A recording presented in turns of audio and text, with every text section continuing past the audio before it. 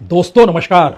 अमेरिकी राष्ट्रपति ट्रंप ने सोचा नहीं था इजराइल के हमले के बाद ईरान इस तर्ज पर जवाब देगा। इजराइल के राष्ट्रपति नेतन्याहू ने भी यह सोचा नहीं था कि तेल अवीव निशाने पर आ जाएगा और मुश्किल हालातों के बीच उन्हें अपने देश में इमरजेंसी लगानी पड़ेगी।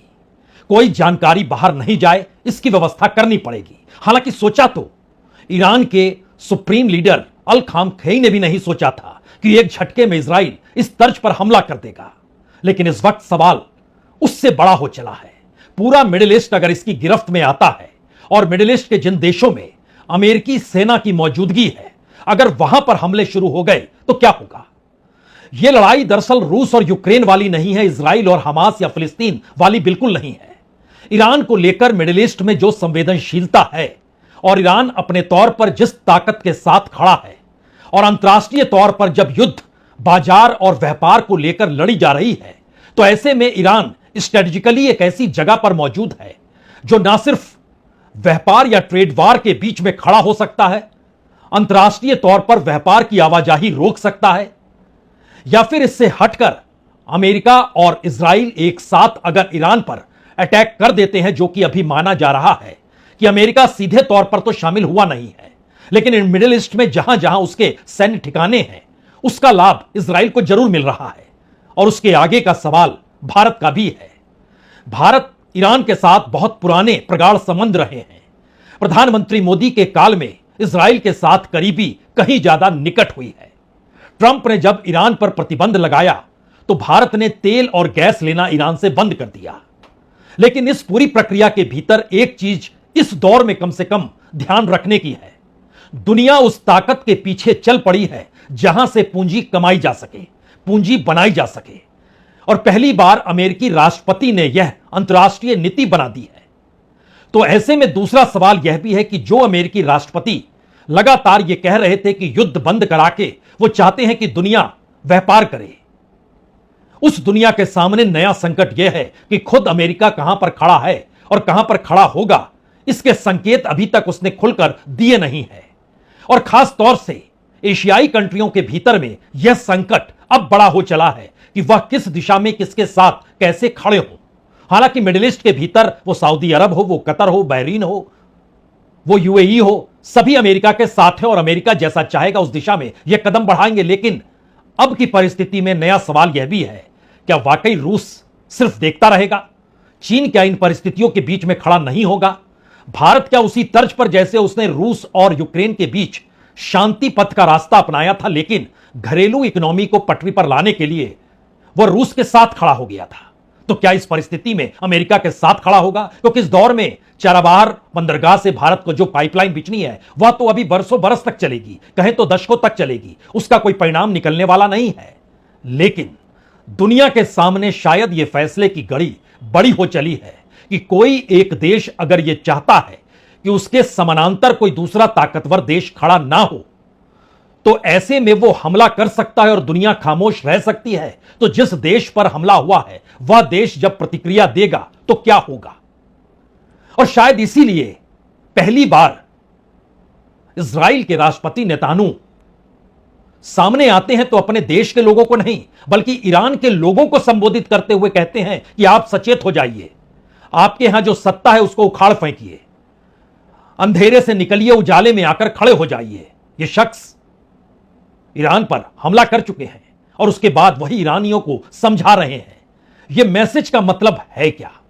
हमें लगता है कि आज हर परिस्थिति को अंतर्राष्ट्रीय कूटनीति ही नहीं बल्कि सामरिक युद्ध की परिस्थितियों के बीच अब किस दिशा में दुनिया जाएगी। और 2 दिनों के बाद जो कनाडा में G7 की बैठक शुरू होने वाली है, जिसमें भारत को भी आखिरी वक्त में निमंत्रण दिया गया, यानी प्रधानमंत्री मोदी को निमंत्रण दिया गया और प्रधानमंत्री मोदी आज देर रात रवाना भी हो जाएंगे, साइप्रस जाएंगे, उसके बाद वो कनाडा पहुंचेंगे, क्रोएशिया भी जाना है उन्हें।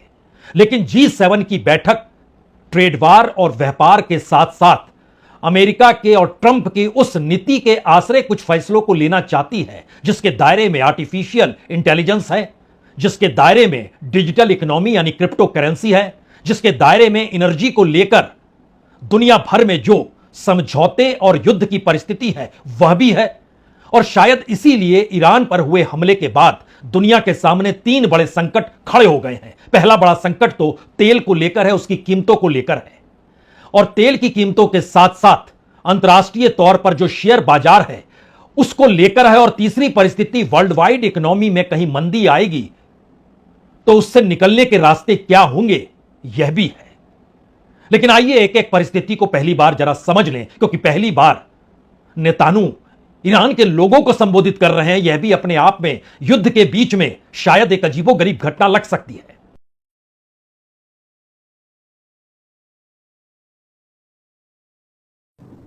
नेतान्याहू इस दृष्टि से कह रहे हैं कि इस्लामिक कंट्री के तौर पर ईरान को नहीं रहना चाहिए, वह उससे आगे निकले।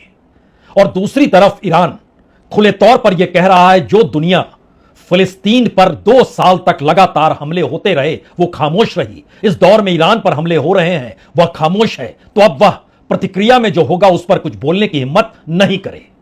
गाजा पट्टी में जो कुछ हुआ उसको लेकर यूनाइटेड नेशन में जो प्रस्ताव आया, उस प्रस्ताव में जो लोग एब्सेंट हुए, जो देश एब्सेंट हुए, उसमें भारत भी एक है। तो भारत के भीतर भी उसे लेकर विपक्षी राजनीतिक दलों ने आवाज उठाई है। यानी अंतर्राष्ट्रीय कूटनीति के दायरे में भारत को एक रास्ता तय करना है, अमेरिका को इजराइल को लेकर नई नीतियों पर फैसले लेने हैं, और इजराइल को बिना अमेरिका के वह चल नहीं सकता है, इस पर फैसले होने हैं। लेकिन इन तीनों परिस्थितियों के भीतर क्या वाकई ट्रंप सेंट्रिक अमेरिका हो चुका है, नेतान्याहू सेंट्रिक इजराइल हो चुका है, अली खामनाई सेंट्रिक ईरान हो चुका है, प्रधानमंत्री नरेंद्र मोदी सेंट्रिक भारत हो चुका है? शायद नहीं। इसलिए नहीं क्योंकि जो फैसले यूनाइटेड नेशन में भारत के जरिए लिए गए, विरोध विपक्ष ने किया। इस्लामिक कंट्री को लेकर जो नेतान्याहू कह रहे हैं उसको लेकर फुसफुसाहट मिडिल ईस्ट में है, उन देशों में है जहां पर चंद दिनों पहले अमेरिकी राष्ट्रपति गए थे।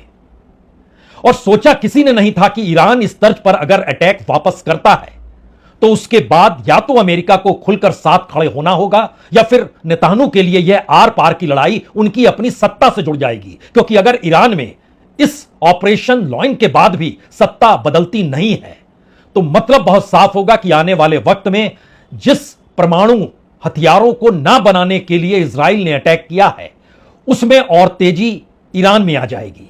और अगर ईरान में तेजी आ गई और इस दौर में सत्ता नहीं पलटी तो इसका असर मिडिल ईस्ट के बाकी देशों पर पड़ेगा। वो सऊदी अरब है, वो कतर है, वो यूनाइटेड अरब अमीरात है। यहां पर भी सत्ताएं सोचेंगी कि हम भी परमाणु हथियारों से लैस क्यों ना हो जाएं, क्योंकि समाधान का रास्ता तो यही बचता है। और शायद इस समाधान के रास्ते के बीच में भारत को यह भी तय करना होगा कि जब ऑपरेशन सिंदूर और पहलगाम की जो घटना हुई उसमें एकमात्र इजराइल ही था जिसने भारत का साथ दिया। ईरान मध्यस्थता करना चाहता था, भारत ने उस दिशा में ध्यान नहीं दिया। लेकिन इसका दूसरा पक्ष एक और है, अमेरिका ने पाकिस्तान को मान्यता दी, भारत को नहीं दी। और 250 साल की जो वर्षगांठ मनाई जा रही है सेना की, जो कि ट्रंप के जन्मदिन के दिन है और परेड हो रही है, उसमें विशेष आमंत्रित लोगों में कोई दूसरा शख्स नहीं, अमेरिका के सेनाध्यक्ष असीम मुनीर हैं, जिनके भाषण के बाद खुले तौर पर भारत ने कहा था कि दरअसल ये आतंकवाद को आश्रय दे रहे हैं और उस दिशा में बढ़ रहे हैं। तो क्या जो सोचा नहीं था इजराइल और अमेरिका ने, उस दिशा में ईरान ने कदम बढ़ा दिए? क्योंकि जो जानकारी है उसमें ईरान के टकराव के बीच इजराइल ने अपने देश का सबसे बड़ा और सबसे व्यस्त बेन गुरियन इंटरनेशनल एयरपोर्ट को बंद कर दिया है। यानी परिस्थितियां नाजुक है। और एयरपोर्ट अथॉरिटी ने शनिवार यानी आज ही इसकी खुली जानकारी दी और यह भी कहा कि दरअसल तेल अवीव के पास बेन गुरियन एयरपोर्ट अब शुक्रवार से बंद है, और जहां इजराइल ने ईरान पर हमला किया था और उसके बाद जो परिस्थितियां हैं वो नाजुक हैं, क्योंकि एक बार फिर से हवाई हमले शुरू हो गए हैं। ईरान के फार्स और मेहर न्यूज एजेंसी जो बता रही है कि किस तरीके से ईरान के जो अलग अलग क्षेत्र हैं वहां पर अगर हमले हुए हैं तो ईरान ने भी जवाबी कार्रवाई में इजराइल को निशाने पर लिया, और जिन जगहों पर इजराइल को निशाने पर लिया गया है उसकी कोई जानकारी इजराइल से बाहर नहीं जाए, इसके लिए इमरजेंसी लगा दी गई है। 3 बातें वाकई बड़ी महत्वपूर्ण है। इस स्थिति में भारत के भीतर क्या एकजुटता के साथ इस युद्ध की परिस्थिति में कौन ईरान की तरफ देख रहा है, कौन इजराइल की तरफ देख रहा है, या फिर कौन एक संतुलन बनाने की सोच रहा है? भारत के सामने लगभग आधे दर्जन सवाल हैं। उन सवालों से पहले समझना होगा, जब इस्लामिक स्टेट का जिक्र हो रहा है, ईरान के सुप्रीम लीडर अली खामनई का जिक्र हो रहा है, तो इन सब के बीच जम्मू कश्मीर के मुख्यमंत्री उमर अब्दुल्ला खुलकर सामने आते हैं और वो कहने से कतराते नहीं है। ये वैसा ही है जैसे रूस ने यूक्रेन पर अटैक किया, वैसे ही इजराइल ने बिना कुछ सोचे समझे बताए एक झटके में अटैक कर दिया, इजराइल ने ईरान पर अटैक कर दिया। यह स्थिति में दुनिया खामोश कैसे रह सकती है? ईरान ने इजराइल को कोई वजह नहीं दी थी यह हमला करने की। इजराइल ने अपनी मर्जी से इसको प्रीएम्प्टिव हमले का दर्जा देके एक मुल्क पे जंग किया। और अगर दुनिया की ताकतें इस चीज पे खामोश रहें तो मुझे लगता है यह बड़ी अफसोस की बात होगी। यह सवाल तो है, भारत इस पूरी प्रक्रिया के बीच कहां पर खड़ा होगा? सवाल उमर अब्दुल्ला का नहीं है, सवाल भारत की पुरानी पारंपरिक नीतियों का है। सवाल नई परिस्थिति के बीच अमेरिका और इजराइल के करीब गए प्रधानमंत्री मोदी की नीतियों का है, और दोनों के बीच एक टकराव की परिस्थिति है। शायद इसीलिए जो 6 सवाल सबसे बड़े हैं, उसमें पहला सवाल तो यही है कि भारत संतुलन बनाएगा, यानी वह ईरान के विरोध में खड़ा नहीं होगा। जबकि विश्व ईरान के विरोध में होगा, वह इजराइल के साथ खड़ा हुआ नजर आएगा, लेकिन भारत एक संतुलन बनाने की कोशिश करेगा। दूसरा सवाल है कि भारत इजराइल का समर्थन करेगा, लेकिन शर्त के साथ करेगा, और वो शर्त क्या होगी, यह शायद भारत की इकोनॉमी और भारत की सामरिक नीति और विदेश नीति के साथ कैसे जुड़ेगी, इंतजार इसका भी है। लेकिन ईरान पर जो हमला हुआ है उसका भारत समर्थन नहीं करेगा। और जो भी बातचीत विदेश मंत्री और प्रधानमंत्री के तौर पर इस दौर में इजराइल के साथ भारत की हो रही है, उसमें भारत ने लगातार शांति स्थापित या बातचीत के जरिए मसले को सुलझाने का जिक्र किया है। लेकिन जिस तरीके से इजराइल की पूरी प्रतिक्रिया है और ईरान उसके काउंटर में जो जवाब दे रहा है, उसकी एक आवाज तो चंद घंटे पहले ही, आज ही ये सुबह सुबह कहा गया, जब रक्षा मंत्री इजराइल के कहते हैं ईरानी सुप्रीम लीडर अयतुल्ला खामनेई, उन्होंने उसका नाम लिया और कहा कि अगर खामनेई ने इजरायली नागरिकों पर मिसाइलें दागी तो तेहरान जल उठेगा। और दूसरी तरफ अयतुल्ला खामनेई ने बहुत साफ तौर पर कहा, दुनिया अगर खामोशी से यह सब कुछ देख रही है तो वो अब हमें संयम करना नहीं सिखाए। सवाल यह है, क्या वाकई इस दौर में मुश्किल हालात पूरे मिडिल ईस्ट में नहीं, पूरे साउथ एशिया में नहीं, बल्कि G7 तक की बैठक में सुनाई देने वाले हैं? और इस बैठक के भीतर के जो सवाल हैं, वो सवाल इस युद्ध की वजह से डिरेल्ड होंगे। क्योंकि आज अगर पाकिस्तान के सेना प्रमुख अमेरिका में है और वो वहां पर अमेरिका के रक्षा मंत्री और सेना प्रमुख के साथ बैठे हुए हैं, और कल को कनाडा में ट्रंप जब भारत के प्रधानमंत्री नरेंद्र मोदी के साथ होंगे, तो क्या यह सारी परिस्थिति जो भारत और पाकिस्तान और आतंकवाद के मद्देनजर उभरी है, प्रधानमंत्री इस पर खामोशी बरतेंगे? क्योंकि अगला सवाल यह भी है कि दरअसल भारत पाकिस्तान को लेकर ईरान जब मध्यस्थता की कोशिश कर रहा था और ईरान की यात्रा पाकिस्तान से इंडिया होने वाली थी, तो भारत ने रोक दिया था, यह कहकर मैसेज सही नहीं जाएगा, आप वापस ईरान लौटिए और फिर भारत आइए। उसके बाद भारत आने के इस दौर में ऑपरेशन सिंदूर शुरू हो गया। लेकिन तीसरा बड़ा सवाल यह है कि दरअसल भारत ऊर्जा सुरक्षा पर बहुत ज्यादा टिका हुआ है। मिडिल ईस्ट से बहुत ज्यादा एनर्जी आती है, जिसमें आप कच्चा तेल और गैस कह सकते हैं। हालांकि ईरान से इस बीच में बहुत कुछ नहीं लिया जा रहा है। बावजूद इसके अगर मिडिल ईस्ट उस दायरे में आकर खड़ा होता है तो स्थिति क्या होगी? तेल महंगा होगा अंतर्राष्ट्रीय बाजार में, इकोनॉमी में मंदी शुरू हो जाएगी, विदेशी मुद्रा भंडार भारत का कम होने लगेगा, और गल्फ और पश्चिमी एशियाई देशों को देखें तो भारत के आर्थिक संबंध उनके साथ प्रगाढ़ रहे हैं। तकरीबन 18 से 20% जो विदेशी व्यापार की हिस्सेदारी है वो गल्फ कंट्रीज, खाड़ी देश और पश्चिमी एशियाई देशों के साथ है। अगर आप पिछले बरस का एक आंकड़ा देखें तो उसमें लगभग $1.11 ट्रिलियन का व्यापार, भारत विदेशी व्यापार पूरे बरस करता है, और उसमें से लगभग $208 अरब सिर्फ इन देशों के साथ करता है जो अब युद्ध के दायरे में आकर खड़े हो चले हैं। लगभग 90 लाख भारतीय इस गल्फ कंट्री के भीतर रहते हैं। जो रेमिटेंस भारत के भीतर आता है, जो भेजा जाता है, 40% वहीं से आता है। और सवाल यह है कि ईरान पर ट्रंप जिस प्रतिबंध का जिक्र कर रहे हैं, 2015 को अगर याद कीजिए, उस समय ओबामा ने परमाणु हथियारों को लेकर जो ईरान पर प्रतिबंध लगाए थे, तब ट्रंप ने उसे बकवास करार दिया था और खुले तौर पर कहा था यह सही नहीं है। और आज की तारीख में परिस्थितियां उसी रास्ते पर है। ओबामा नहीं, ट्रंप है उस रास्ते पर। इजराइल उसी तरीके से जिक्र कर रहा है कि दरअसल अमेरिका चाहता है कि अब परमाणु हथियारों की दिशा में कोई ना बढ़े, तो उसने पहल कर दी। अमेरिका ने कहा हम इस युद्ध में कहीं नहीं है, बावजूद इसके उनके सैनिक ठिकाने मदद कर रहे हैं। तो भारत अपनी इकोनॉमी को देखे, अपनी एनर्जी की जरूरतों को देखे, अपने अंतर्राष्ट्रीय संबंधों को देखे, आने वाले वक्त में ट्रेड वार में भारत किन देशों के साथ खड़ा होगा उस दिशा को देखे, या ये पूरा साउथ ईस्ट एशिया जिसमें अब मिडिल ईस्ट को भी जोड़ दीजिए, तो एक ऐसी परिस्थिति बन रही है जहां पर भारत को पहली बार कोई निर्णय लेना पड़ेगा। और यह निर्णय लेने की स्थिति बहुत दिन नहीं है। जुलाई में बैठक होनी है ब्रिक्स की। उस ब्रिक्स की बैठक में ईरान की भी मौजूदगी होगी, और जब एक साथ बैठक करेंगे तो उसके बाद तुरंत बाद एससीओ की बैठक होनी है, शंघाई कोऑपरेशन ऑर्गेनाइजेशन की बैठक होनी है। वो चीन के पास है, इस समय चीन अगुवाई कर रहा है। तो इस पूरी प्रक्रिया के भीतर में क्या भारत के सामने 3 संकट खड़े हो चुके हैं। पहला बड़ा संकट यह है कि वाकई ब्रिक्स और ईरान की मौजूदगी के बीच भी वो इजराइल का साथ देगा, और रशिया और चीन क्या इस पर खामोश रहेंगे। जिस इकोनॉमी को लेकर चिंता पूरे वर्ल्ड वाइड व्यक्त की जा रही है, उसमें क्या ब्रिक्स का कोई महत्व नहीं बचेगा और भारत शिफ्ट करेगा ब्रिक्स से हटकर, वह वेस्टर्न कंट्रीज, पश्चिमी देश और अमेरिका की दिशा में शिफ्ट करेगा। और तीसरी परिस्थिति, इस पूरे इलाके में जो व्यापार की है, एक झटके में भारत क्या पूरे हाथ अपने खींच लेगा, क्योंकि यह युद्ध जल्द खत्म होने वाला नहीं है।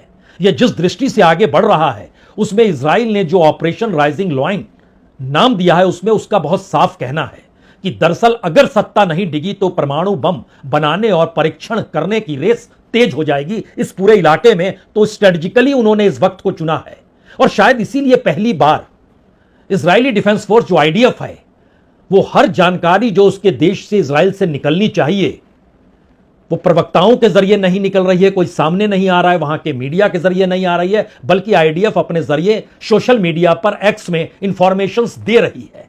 इंफॉर्मेशन देने के तरीके देखिए, जिसमें वह खुले तौर पर ईरानियों से भी कह रही है आप हमारा साथ दीजिए। वह खुले तौर पर यह भी जानकारी दे रही है कि अब हम किस दिशा में बढ़ रहे हैं। उसकी एक तस्वीर देख लीजिए।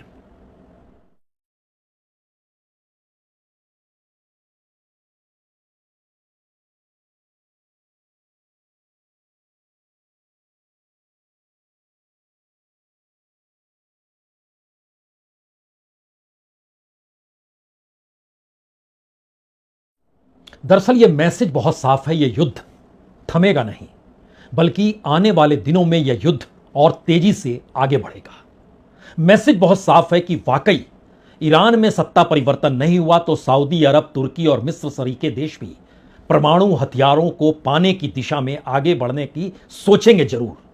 और अमेरिका इस दौर में जो मदद कर रहा है इजराइल की, क्योंकि इजराइल के जो बाम्बर, कतर में स्थित अमेरिकी एयरफोर्स का जो सबसे बड़ा बेस है, वहां से इजराइल के फाइटर्स बाकायदा ईंधन ले रहे हैं। और जो ड्रोन शुरुआती दौर में ईरान ने दागे भी, उसको इजराइल तक पहुंचने से अमेरिका ने रोक दिया। और यह भी हर कोई जान रहा है कि सऊदी अरब हो और जॉर्डन हो, वह भी इजराइल को अपना एयर स्पेस इस्तेमाल करने दे रहे हैं। यह भी हर कोई जान रहा है कि सऊदी अरब, कतर, बहरीन और यूनाइटेड अरब अमीरात इस वक्त अमेरिका के साथ खड़े हैं। लेकिन ये अमेरिका के साथ तब खड़े हैं जब अमेरिका के विदेश मंत्री मार्को रूबियो ने एक बयान जारी करके यह कहा कि दरअसल इजराइल ने ईरान के खिलाफ एक तरफा कार्रवाई की है, यानी हम ईरान के खिलाफ हमले में शामिल नहीं हैं। लेकिन विदेश मंत्री मार्को रूबियो अमेरिका के यह भी कह गए कि हमारी प्राथमिकता क्षेत्र में अमेरिका की सेना पर सुरक्षा करना है। लेकिन सुरक्षा का मतलब मदद करना इजराइल को तो नहीं है। यह सवाल अब मिडिल ईस्ट में बड़ा हो चला है। और यह भी कहा गया विदेश मंत्री मार्को रूबियो के जरिए कि इजराइल ने हमें सलाह दी थी कि उनका मानना है कि यह कार्रवाई उसकी आत्मरक्षा के लिए जरूरी है, और राष्ट्रपति ट्रंप और प्रशासन ने हमारी सेना की सुरक्षा के लिए जरूरी सभी कदम उठाए हैं। यहां पर यह सोचने की जरूरत जरूर है कि जो आत्मरक्षा का जिक्र इजराइल कर रहा है, कुछ इसी तर्ज पर पुतिन ने यूक्रेन पर हमले के वक्त इस आत्मरक्षा का जिक्र किया था और कहा था कि यूक्रेन अगर नाटो कंट्रीज में शामिल हो जाएगा तो उनके दरवाजे पर नाटो आके खड़ी हो जाएगी, और किसी भी हालत में वो अपने दरवाजे तक नाटो कंट्रीज को नहीं आने देंगे। और नाटो कंट्रीज यूक्रेन के साथ इसलिए खड़ी हो गई कि यूक्रेन अगर रूस या कहें पुतिन के कब्जे में चला गया तो नाटो कंट्रीज के दरवाजे पर रूस आकर बैठ जाएगा। तो यह आत्मरक्षा की जो पूरी परिस्थितियां हैं, वो कमोवेश इजराइल के हमले के साथ इजराइल रूस की तर्ज पर जोड़ रहा है, जिसका जिक्र बार बार अब कई देश करने लगे हैं। और अमेरिका यह भी कह रहा है कि दरअसल हम इस क्षेत्र में अपने साझेदारों के साथ संपर्क बनाए हुए हैं, और यह भी कह रहे हैं कि ईरान को अमेरिकी हितों का या फिर उनके सैन्य कर्मियों को निशाना नहीं बनाना चाहिए। तो अगला सवाल यह भी है, ईरान जिस तर्ज पे अब अटैक कर रहा है और हमले कर रहा है, क्या उसकी निशाने पर सिर्फ इजराइल होगा या अमेरिकी सैन्य ठिकाने वह भी होंगे जहां से इजराइल के फाइटर्स ईंधन ले रहे हैं? और यह दिशा बढ़ी तो उसके बाद अमेरिका का जवाब क्या होगा? यह सवाल G7 की बैठक तक जाएगा, इससे कोई इनकार नहीं करेगा। और उस G7 की बैठक में ब्राजील, सऊदी अरब, साउथ अफ्रीका और भारत को भी आमंत्रित किया गया है। वहां पर मलेशिया, इंडोनेशिया के लोग भी रहेंगे। सवाल यह है कि इस पूरी प्रक्रिया के भीतर G7 की भूमिका क्या होगी, और G7 की अगर कोई भूमिका नहीं होगी तो यूनाइटेड नेशन की भूमिका अब क्या होगी। जब गाजा पट्टी को लेकर अमेरिका वीटो का इस्तेमाल करता है, भारत वोटिंग के समय एब्सेंट हो जाता है, यह सारी परिस्थितियां बतलाती है कि दुनिया दो हिस्सों में बंटने को तैयार हो गई है क्या।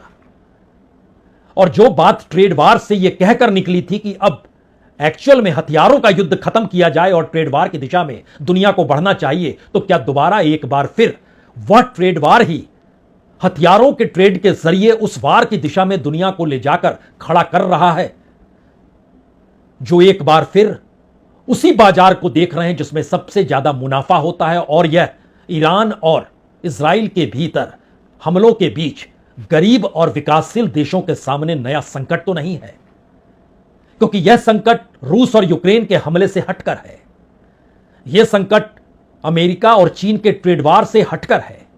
यह संकट अपने अपने क्षेत्र में अपनी अपनी सामरिक सुरक्षा को लेकर है। और यह सवाल वाकई दुनिया के सामने पहली बार बड़ा है कि अगर पड़ोसी ताकतवर हो रहा है तो उसे ताकतवर ना होने देना भी एक कूटनीति नहीं बल्कि युद्ध नीति है। और शायद इसीलिए आखिर के दो सवाल समूची दुनिया के सामने हैं। पहला सवाल तो यही है कि ईरान इस लड़ाई में अमेरिका की मौजूदगी नहीं चाहता है, तो फिर अब ईरान करेगा क्या जब अमेरिका खुलकर यह कहने से चूक नहीं रहा है कि दरअसल परमाणु हथियारों की होड़ में तो ईरान को नहीं बढ़ना चाहिए। और दूसरा सवाल यह है कि अमेरिका के शह के बगैर क्या इजराइल की इतनी हिम्मत है कि वह ईरान पर हमला भी कर पाता। और तीसरा सवाल इन दोनों से जुड़े हुए है, क्या वाकई अमेरिका और ईरान के बीच परमाणु कार्यक्रम को लेकर जो छठे दौर की वार्ता होने वाली है, अब वह सब कुछ सिमट जाएगी और दुनिया युद्ध में वह भी परमाणु हथियारों के साथ क्या पहली बार नजर आएगी।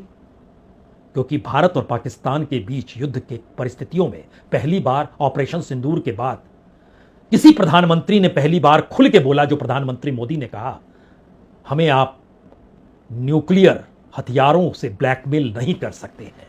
और यह मैसेज सेकेंड वर्ल्ड वॉर के बाद से इतना बड़ा है कि इससे पहले कोई भी देश परमाणु हथियारों के साथ खड़ा हो तो उसके साथ युद्ध की परिस्थितियों में न्यूक्लियर हथियारों का जिक्र तक नहीं हुआ। भारत ने खुलकर कहा ब्लैकमेल नहीं चलेगी। तो ईरान क्या सोच रहा होगा और इजराइल के भीतर क्या चल रहा है। और ट्रंप जो पाकिस्तान के सेना प्रमुख को भी बुला लेते हैं भारत की चेतावनियों के बावजूद, और अब भारत का प्रतिमंडल बीजिंग जाकर आर्थिक सौदेबाजी भी करने की दिशा में है और संकेत भी दे रहा है कि दिल्ली से बीजिंग की हवाई उड़ान जल्द ही शुरू हो जाएगी। यह मैसेज अंतर्राष्ट्रीय तौर पर बिल्कुल नए पावर पोलर की दिशा में बढ़ रहा है, जिसको हम कह सकते हैं नई विश्व व्यवस्था इस युद्ध से निकलेगी। संकेत तो खुले तौर पर यही है। बहुत बहुत शुक्रिया, बहुत बहुत शुक्रिया।